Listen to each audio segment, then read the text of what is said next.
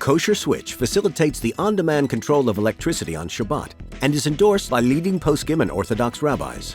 The KosherSwitch is easy to install with no rewiring required.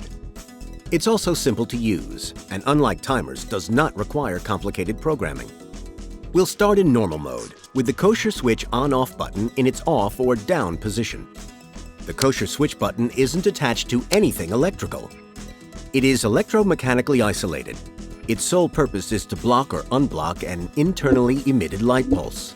The pulse is currently blocked. When the KosherSwitch button is in the on position, the pulse is unblocked and the switch turns the room light on. Before Shabbat, simply slide the mode selection switch to Sabbath mode. Now the patented KosherSwitch technology comes to life and facilitates the on-demand control of electricity. The green status light provides absolute assurance that there are no active internal light pulses. In reality, we're only moving an isolated piece of plastic. Just wait for the green and flick the KosherSwitch. The status light automatically changes between green and red and is independent of the KosherSwitch button. In each cycle, the duration of the green status light is random, so every cycle is slightly different. When the red status light is about to change back to green, a single internal light pulse may be emitted, subject to a random degree of uncertainty. In this cycle, the pulse failed to emit altogether. Even when a pulse is successfully emitted, the ability for the pulse to be received is also subject to a random degree of uncertainty.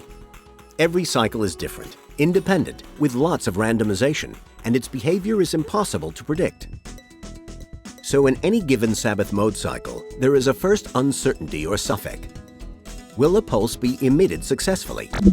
Followed by a second uncertainty or suffix. Will the pulse be received successfully?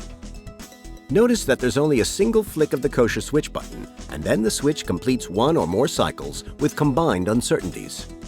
Finally, the pulse is successfully received, and the KosherSwitch turns on the room light. Many poskim and Orthodox rabbis have ruled that the use of the KosherSwitch is not even considered grama or indirect causation and is therefore permitted for consumer use.